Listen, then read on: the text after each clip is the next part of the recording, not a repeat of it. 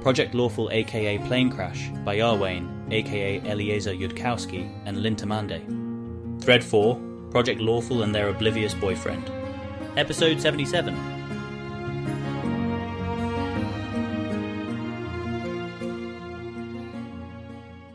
Of course, it will be her pleasure. What exactly is to be her pleasure, Sevar? There's no guarantee that the next devil summoned will accept Sevar's contract now, and faking a compact with Keltham is probably sufficient for Sevar to lose her law. Luckily, they have to do the part with the devil outside the Forbiddance since you can't summon an outsider into one. That means there's an ironclad excuse for Keltham not to be present for it. Carissa is hoping that the reason for the instruction that she is not to sell her soul this day is in fact that she's meant to do this, as part of seducing Keltham to evil. If not, though, and they still won't buy her soul, she wants to draw up a very real contract giving Keltham a very real option on her soul, which avoids specifying that it is presently owned by Hell, which she and he will sign. And then claim that it worked, but the option makes it much less valuable, so she doesn't get the perks. To explain the lack of permanent arcane sight. Unless to the High Priestess's awareness, this is a stupid plan, in which case she can just tell them that options like that don't exist to her knowledge. No, that's impressively clever, chosen of Asmodeus. They shall need to consult a devil whether or not her soul is saleable this day, to make sure the language of this new contract is enforceable and valid. But the High Priestess expects it is doable. Is it your will that this be done at once? The only cause to delay Carissa can see is selfish, that she can't easily be made to do this and it's not clearly in her interests. Sort of the dilemma of whether it was pathetic or noble of her to sign Contessa Lurilatha's contract without enough time to read it, given that it was what Asmodeus wanted, but also that it's not Asmodeus's job to make doing what he wants non-catastrophic for her. But on this, Asmodeus has specific instructions, that she is to serve him well and come to him in hell without thought of other choices and be treasured. And, okay, maybe she's not living up to that instruction just yet, since she clearly had that thought process, but she thinks she's being told that it is Asmodean, in this case, to serve without thought for her own interests. Does that sound right? Anyway, yes, it should be done at once. Jacint informs Keltham that this process must needs be carried out beyond the Forbiddance, since devils may not be summoned here, and it seems obviously unwise that Keltham step outside the Forbiddance without great need. Aside from that, it can be done right now, though Carissa will probably come back bearing a compact regarding the option on her, for Keltham to sign, which must needs be signed before the devil signs with her, for obvious reasons. Somebody's going to have to explain the language of the contract to Keltham pretty darned carefully, especially if this is being done in a way where he's not getting Contessa Lurilatha's assurance about the compact being designed without intent to cause unforeseen consequences. Please factor that delay into account. Message to Jacint. And furthermore, Keltham needs Jacint's personal assurance on a level falling barely short of a Baden oath, that Keltham not being there is absolutely not going to allow any pathway through time, however improbable, where, somehow, it looks like Carissa sold her soul, but actually she didn't, and also after that, nobody ran the additional check on whether she was a hidden cleric, or the check happened to a disguised double of Carissa or something. Split-second deputy's decision. This seems like a safe assurance to give Keltham. It should not hurt Cheliax to run that additional check on Carissa. Actually, if Carissa tried to forbid that, Jacint herself would start to feel nervous at that point. Return message. I do so promise. Carissa will also want to give the contract a really close read. Obviously, a devil who pulled tricky shit would not have excellent reviews and be on a recommended list, but still, the stakes are higher here and they should be incredibly careful. Jacint will head over to collect rather a lot of security and scrying protections, and then she and Carissa will step outside the Forbiddance to do the necessary. Keltham will find something else to do with himself, he supposes. The first pending thing not requiring the full harem, that came to mind, was resuming flirting with Meritxell. Would that be inappropriate? That's possibly inappropriate, right? Maybe he should just continue trying to read things. Asmodia heads over to the real main temple, the one Keltham can't visit and can't know exists, because it contains the actual torture chambers. The door opens to a security's private bedroom. The security on duty here is apparently asleep in bed, startling awake at someone opening the door. When he identifies Asmodia, he presses a panel that opens a non-magically concealed door behind his bed. Asmodia heads through, drawing what confidence she can about her. It's her first time visiting this part of the installation, so she's looking around to see what's here. Also, do people here seem at all impressed with meeting a Project Lawful whatever she is? They haven't had a lot of time and haven't spent much of it on the decor in here, where Keltham won't see it. The temple itself is done well enough to honor Asmodeus in black stone that must have been laid by magic because stoneworkers can't work that fast. But the rest just looks like a repurposed fortress. Thick, undecorated stone walls and floors with periodic magic torches, slightly overcrowded with support staff not cleared to meet Keltham. The staff here stares less than at the palace, either because they're more professional or have heard less ridiculous things about Project Lawful girls. They do get out of her way. Okay. People getting out of her way is, well, it's kind of a lot, actually. She needs to not blow this. Message to whoever looks like the best prospect for directing her onward. I need to speak to whoever is maintaining comms with Igorian. Privately. Office next to the temple. The office contains a fourth circle priest of Asmodeus and a mage's private sanctum enchantment. So walking into his office is like walking into a wall of fog, after which she can't hear out at all. Message anyways. Just to be sure, I need to send a message to Gorthoklek and receive a return message and verifiable authorization from him, with the literal absolute minimum of people who are not myself and Gorthoklek knowing that a message was exchanged between us, and literally nobody except the two of us knowing the contents of that exchange. Advise me on protocols.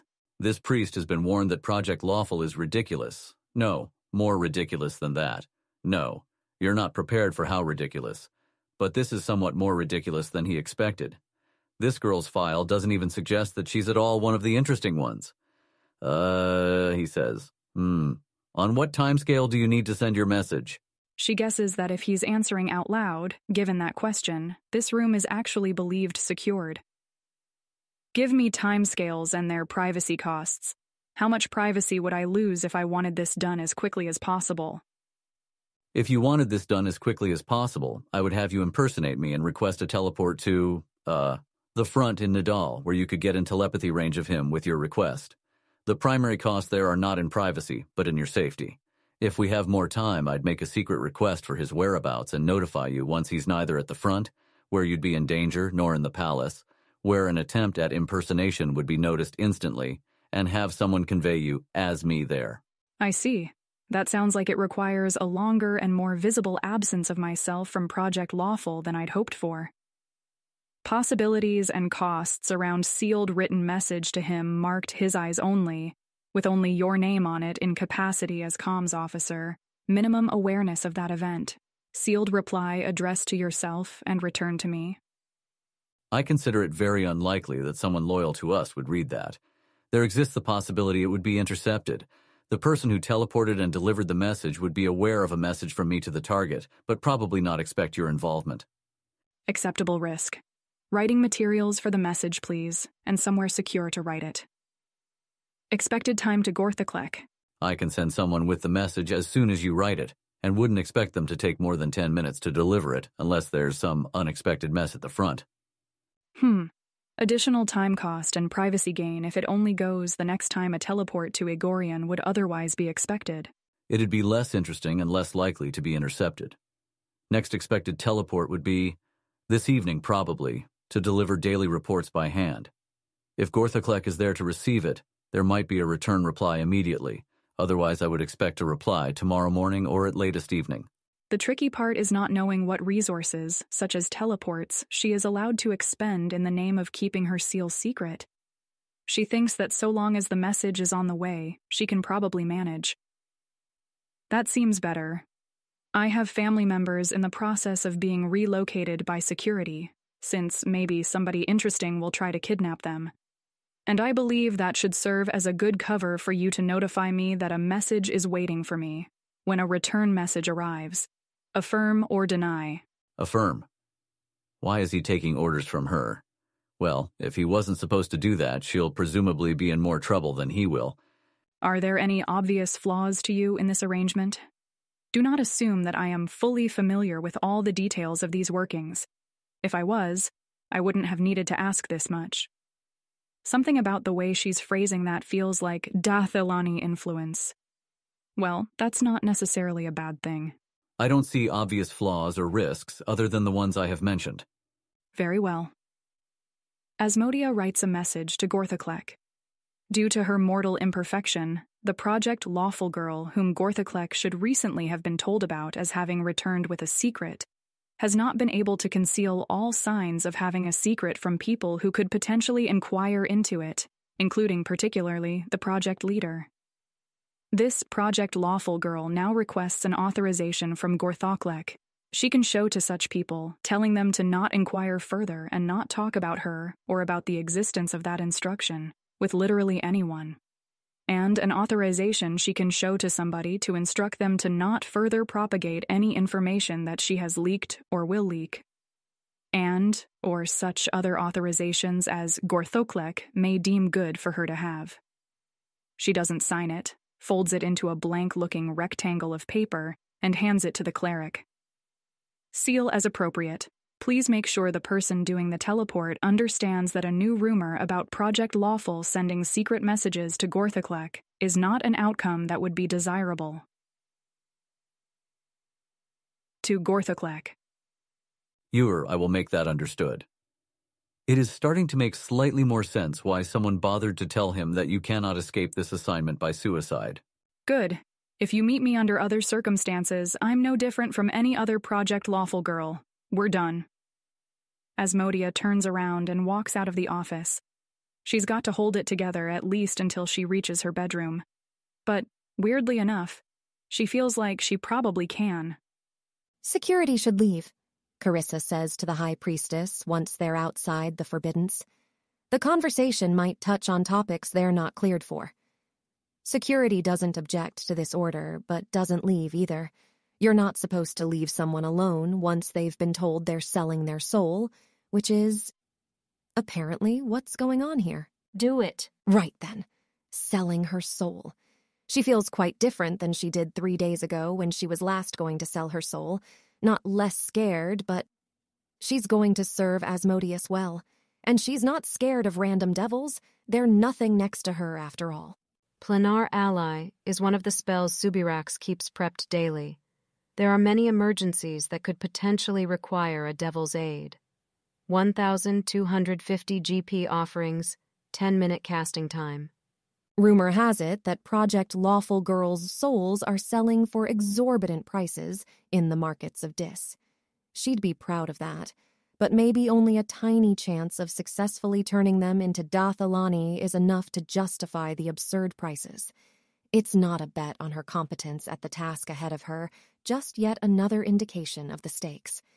It does mean she should be able to get a devil on board with this deal, even though it's not as good a deal for them as usual, though.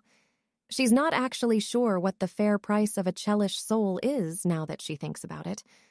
Arguably, it's not much, since they'll almost definitely go to hell anyway, though that's less true of the Project Lawful girls, who other gods keep stealing. How expensive is the cheapest way to corrupt souls to evil? How much is a soul worth to Asmodeus in the sense of how much it costs him to get one? It might vary a lot by the soul. What would happen if you demanded a wish? What would happen if you were Carissa Sever, the name known to every contract devil who deals with Cheliax, and you demanded a wish and arcane sight and 100 pounds of spell silver just for the rights to your soul if Keltham chooses not to exercise his option? Probably the answer is that you'd get laughed at and then tortured, but she almost wants to try it just to see. She means to name the mightiest contract devil whose name she knows, one to whom other devils answer. The thought has occurred to Subirax as well, that Carissa Sevar is perhaps worth more than ordinary souls in their lord's sight. It is not clear that Hell's prophet should be protected at the expense of Sevar's pride. On the other hand, if that thought hasn't occurred to Sevar herself, she may deserve no better. But she will at least bring forth a devil worthy of negotiation. Glosialabolas, come forth and bargain. So speaks the high priestess of Asmodeus, Jacint Subirax. Glosialabolas, unbounded cost, Iarwain. He doesn't trouble with ceremony until he knows this is even worth his time.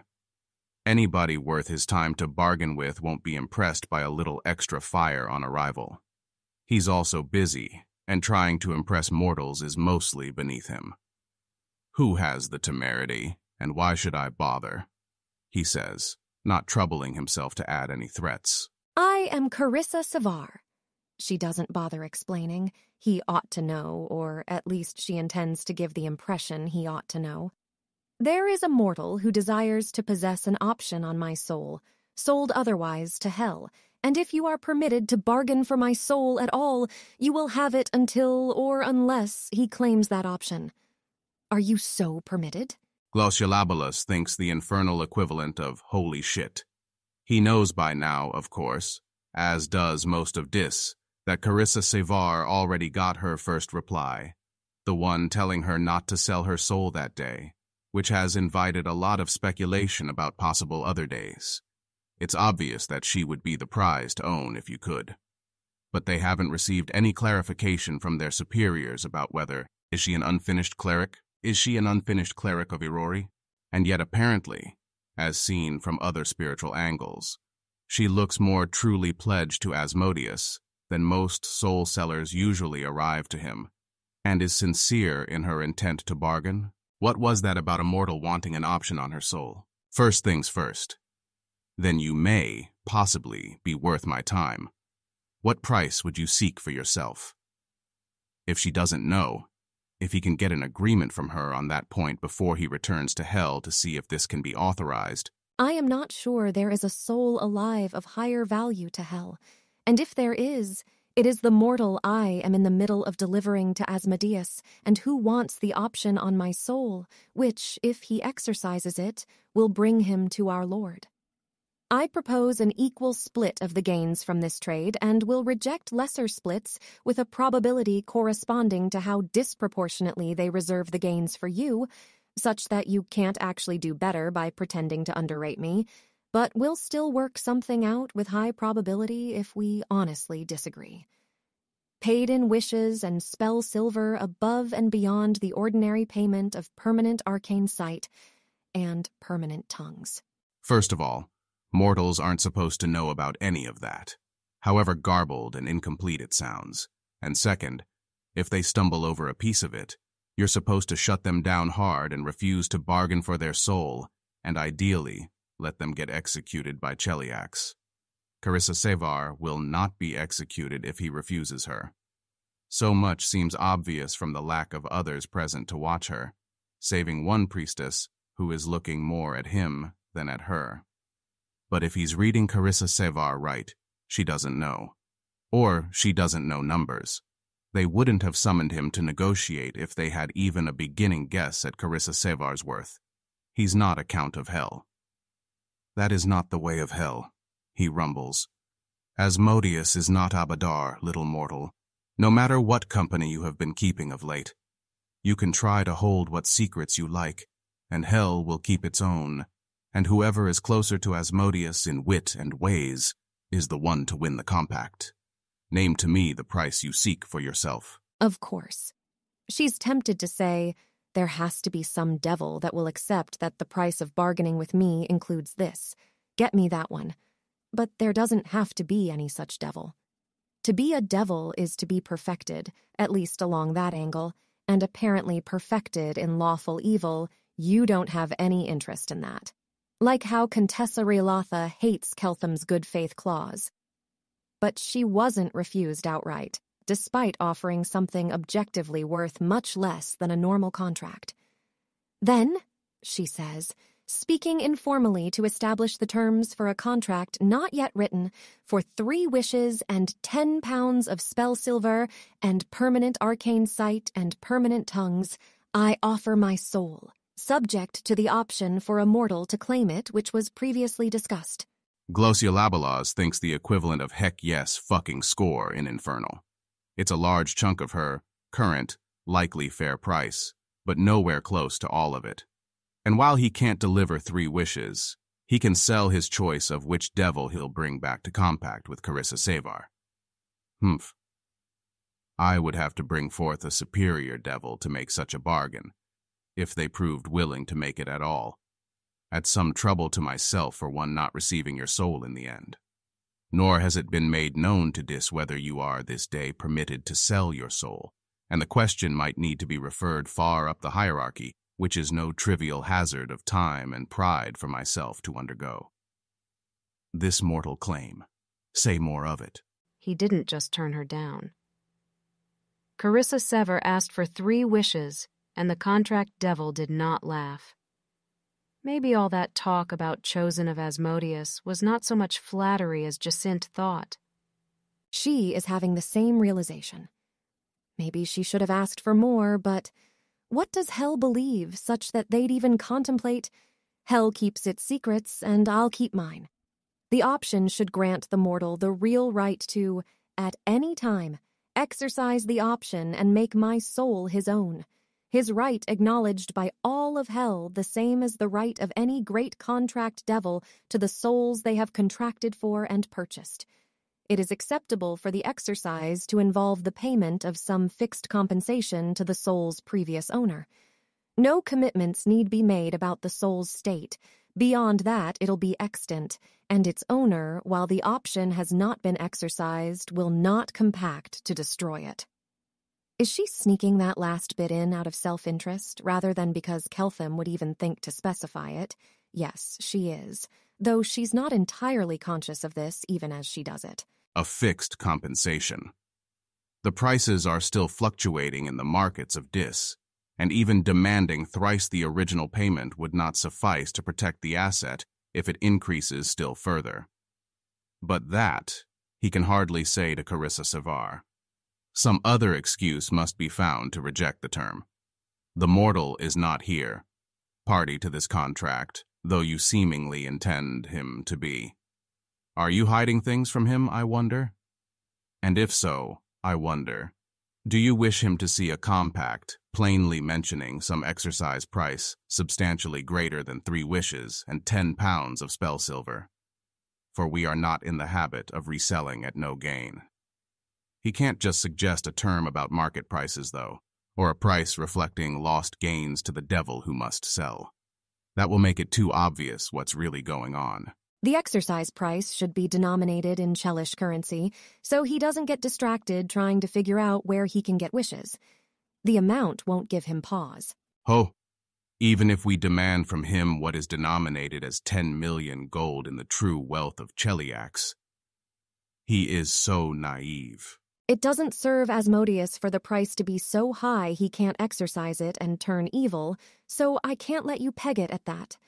500,000 would cover the wishes and the spell silver and a generous profit, and there are considerable benefits from having owned me even for a time if I spend any of it dead so you can learn them. Not the way of hell bargaining for a soul, Carissa Savar. But perhaps the way of hell seeking to corrupt another soul even more valuable to our Lord, if he is, as you say. Devils do serve the interests of Asmodeus. It is the way that they have been remade. I must consult with my superiors upon all this matter and return to you. I will write you the compact to take to the mortal. It will be well for him to sign, or so it would seem, even if we are not yet permitted to bargain with you or your price finds no takers. Have you thoughts upon wise and cunning terms therein? The aim is not to conceal things from him that require great intelligence or paranoia to notice. He has both, and we don't wish him to train either. The aim is to state in plain language the evil he is eager to arrange for himself to do, stated so plainly that it does not occur to him it describes anything that ought to trouble him. Risks to his rights or his bank account he'll be looking for, risks to his. Goodness, he won't. He has claimed me as his possession in this life, and if he seeks to exercise the option, it'd be for the same reason. Because it inspires envy in him, to know that a part of what I am, a small part, he believes, is given forever to another, that they will have rights over me that mustn't shock his conscience, but that can be permitted to stir his jealousy. I'll need to review it. People not accustomed to dealing with him make mistakes. The thought occurs to me that you might, perhaps, wish to sell him that option upon yourself. It will not suffice to damn him, but it will be a start. The thought occurs to me that you might wish to make the option annullable by your returning of that payment to him, if he has not already exercised it. While I do not know all your plans, I know that mortals often change them. Perhaps you will find yourself plotting to execute a different compact with him in the future. Keltham will be comfortable with that. Carissa is surprised that Hel recommends it. I will bear that in mind. Actually, I asked the devil, and he said he'd ask other devils for takers on the general contract, but said I should sell you, not give you. Your option will make Keltham feel positively about devils. He is not unmindful of Sevar's advantage over this mortal, if she serves Hel's interest more, and the terms he suggested are advantageous ones to her in future negotiations. He will take what he can from Sevar for Hel. Taking from her to advantage a non-evil mortal is another matter. If you can seduce him to unmake and re-sign a different compact every 3 moons, on some excuse and tale of Hel's changing conditions, that will suffice to damn him before 9 seasons pass, if he otherwise acts not for good or evil. Remember me well in your reports, if it proves so. Glosiolabilus sets forth to design a compact so simple that it almost pains him. Almost. The devils of contracts do understand the concept of not overcomplicating, and calling attention to a sting that requires neither attention nor complication. At the core of all of this is that the mortal is suspicious of prices, rights, terms, conditions, but not that the very act of what he is doing is great evil.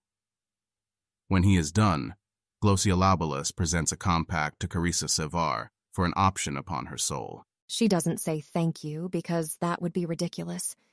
She reads through it, suggests a few small revisions to make it more like Lurlatha when she's trying to impress Keltham with the clarity and trustworthiness of her contract writing, hands it back. Doesn't say anything aloud about it. Devils are sensitive about being obliged to write honest contracts. Who writes like that? Glosiolabilus grumbles, but makes her suggested revisions. It's clear that Sevar knows too much about contracts, as she knows too much of other things. He'll ask, also, whether, as I was taught, I demanded reassurance that the terms of the contract conceal, to your knowledge, no clever traps and no terms with unexpected negative consequences for those who sign it. I think the unexpected negative consequence is not in the terms, and for precisely that reason will escape his notice, and if that's so, I would convey your assurance of it. It would do grave damage to the interests of Hel if it ever became believed that devils, asked such a thing, would not simply and absolutely refuse to bargain. Perhaps you know more of our Lord's workings here than I, but can you truly assure me that this mortal's soul is worth the risk to Hel's reputation? He has already secured such bargains, from devils apprised of his full nature and of as much as we understand of Asmodeus's direction. By her soul's tilt, she is being honest. Glosiolabilus thinks the equivalent of, okay then, but still, the heck? In infernal. He amends another term or two and hands back the compact again. Tell the mortal that Glosiolabilus, who made this compact, guaranteed this. The deed that results from this contract's signing and its execution will be as I expect that he will expect. As for the consequences of the deed itself, time will show it. I will tell him so. May your other errand from me go as smoothly.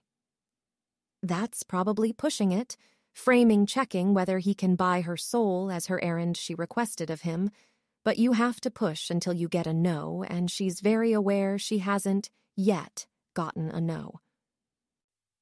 Why, yes, it is pushing it. Do not presume to rise above your given station. You are not as yet the least of devils, whatever your soul's price to those who are. In 3 hours' time, as it passes in Golarion, I will return to this place, perhaps in company if your price finds a taker or a bargainer, and if our Lord's will is in accordance this day. Be there, or be bereft. Glosiolabalus turns then at an angle, to return to hell. He has a most urgent plea for clarification to file, to his master and his master's masters. Also, is he supposed to actually tell anyone in Golarion about the unfinished cleric thing? Right, says Carissa to the High Priestess. Well, I'm inspired by Hell's apparent estimate of the value of our work. I guess I had better go talk to Keltham then.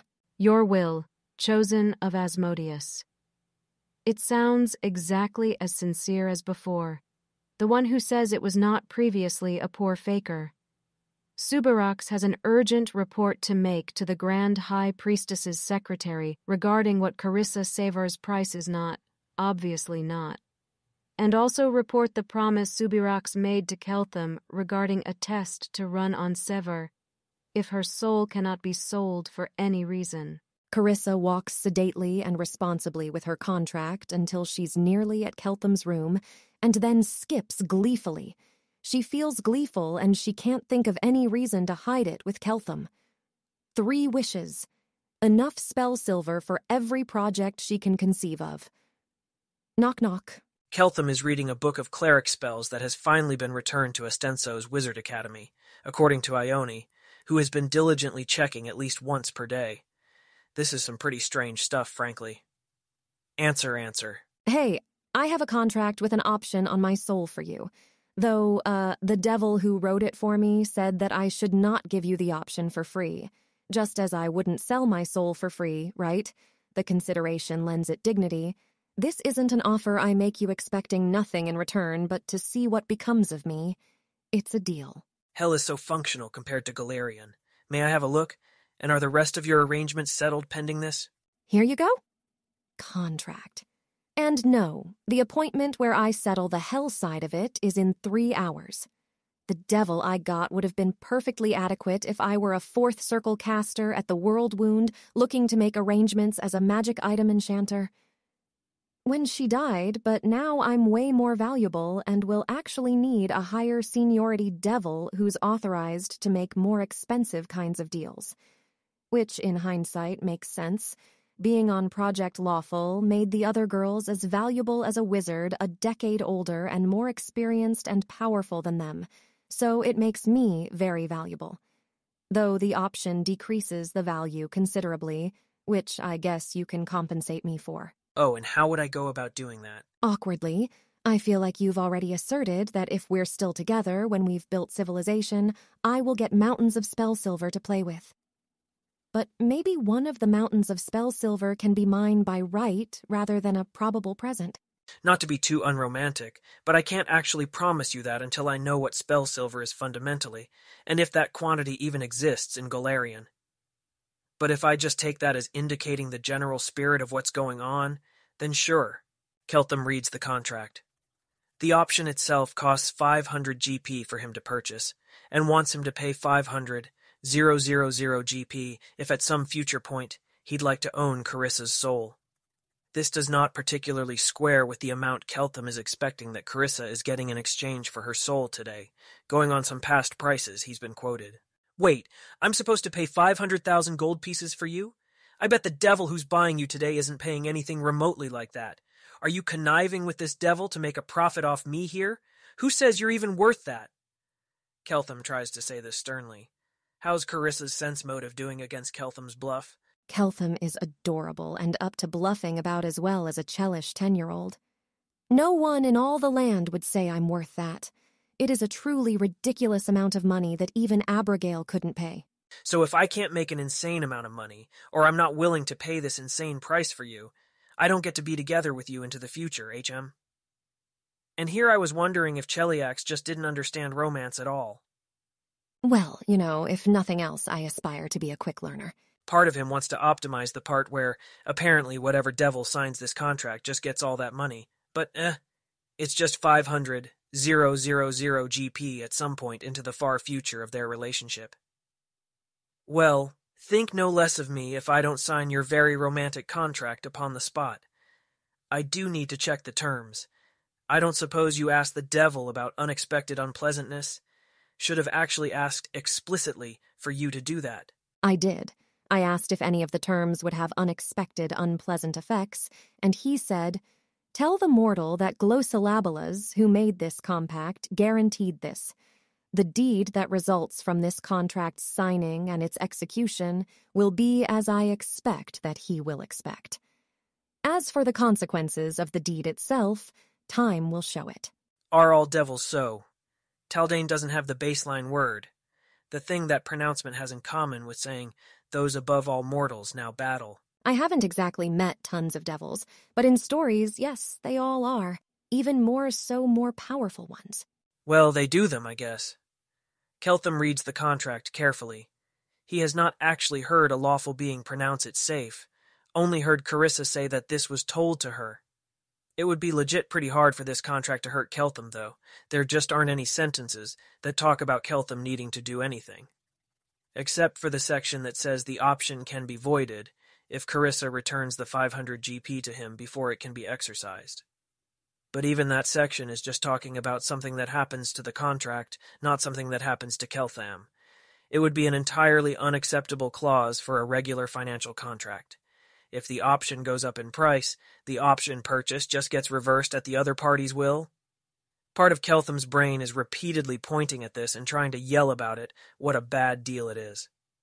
The larger Keltham understands the message of the term perfectly well. Sure, you can have her future, if and only if she still wants you. Be it clear that I know perfectly well that it was the devil, rather than you, who suggested to you, or more accurately told you, to include the term of this option, where you can give me back the price I paid in order to nullify the option, Keltham says aloud, and then argued with you about it, and finally told you that he wasn't executing the compact unless that term was in it, exactly the way he put it down. I didn't argue for very long. Devils don't give bad advice. But yes, I'm not trying to give myself an escape route. It's not an escape route for you. It's an escape route for a different person named Carissa Savar, who might exist in 50 years. Mortals probably look pretty changeable from a devil's perspective.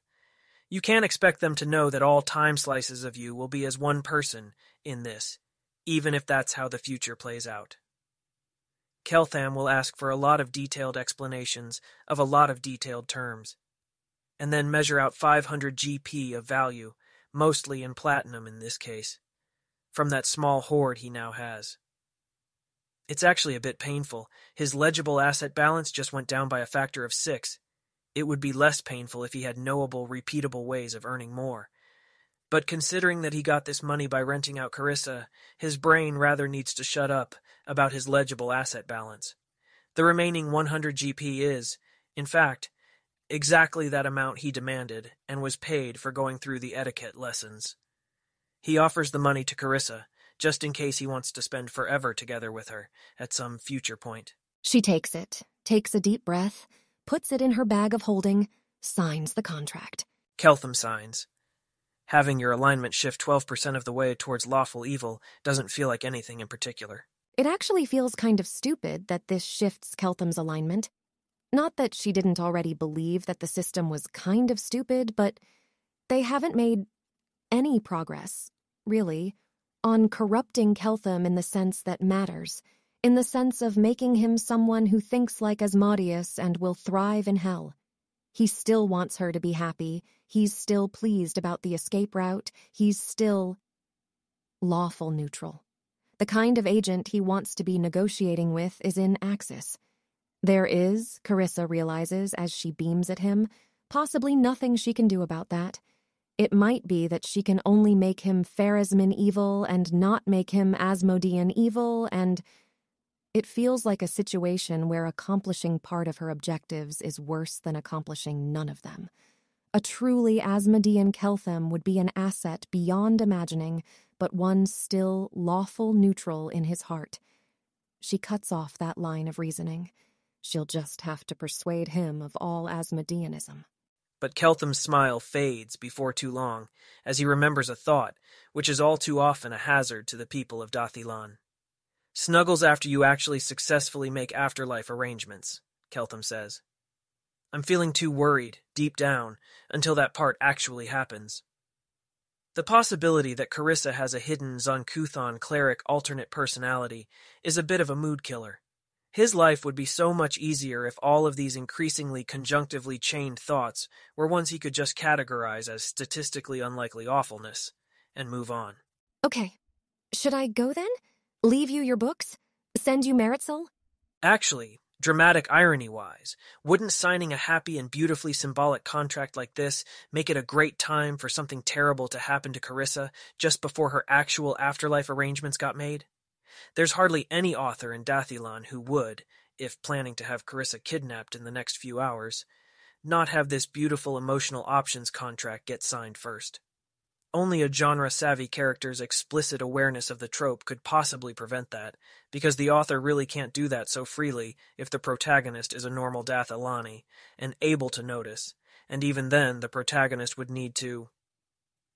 On due reflection, I think the level of trope alarm this entire situation is generating is sufficient that I literally don't want to let you out of my sight until the devil gets back, Keltham states. I may entertain arguments that you be allowed to use the bathroom. You're very concerning sometimes, you know that? She sits down in one of his fancy chairs. Also, fair warning, if we'd been dating for a week longer, I'd make you enforce that. I'd say that once I understand Golarion better and have lived here longer, I'll maybe know better what can't happen. But I also remind you that your new standard of improbability needs to be, is that less likely than a god war starting, or is that less likely than Caden Kalian volunteering snacks catering for our project? Because that is where you live now. Enforce it how, pray tell? Well, I say, oh, make me, and then you figure out the how. To be clear, I won't actually do that about an actual safety request, even if it doesn't make sense to me. Wrong time to ask me to figure that out, but we can put a pin in it for later. Keltham does have a book of cleric spells to finish reading, and many additional questions to ask about it. A roaring sound like the ocean has overtaken Sothis and is racing at top speed towards his eardrums in particular, and a sense of heat like he's tripped face first into the sun. We are occupied elsewhere, the Pharaoh tells this petitioner, already unable to hear his voice, and will speak to you later. Dismissed.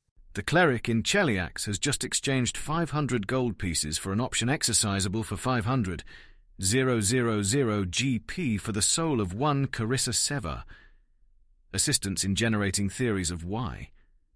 You can buy options on souls. I didn't know you could buy options on souls.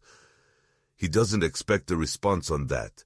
Abadar doesn't usually communicate with things that parse as words at all, and he suspects that it only happened this time because the words were in the contract possibilities. The cleric wants to rescue the girl from hell and can't afford it yet, but expects he'll be able to someday. The cleric has been very much misled about any of what souls are, what contracts are, what gold pieces are, what options are, or who Carissa Seva is. The contract is meant to communicate with us, because the cleric knows that when people formalize their intent and their preferences so, it's much clearer to you and is asking you to protect Carissa Seva. Who is she? A potential trade partner of Irori's. There's an additional nuance there, but it doesn't make it across the translation barrier. It's something like unfinished. Well, that rules out the first theory, leaves the second one very much intact though, and the third. Can we talk to her? No. Interdiction. Right. Is she the cake girl? What? What? Right back at you. That's about as well as talking to mortals ever goes. He'll leave before he causes permanent brain damage.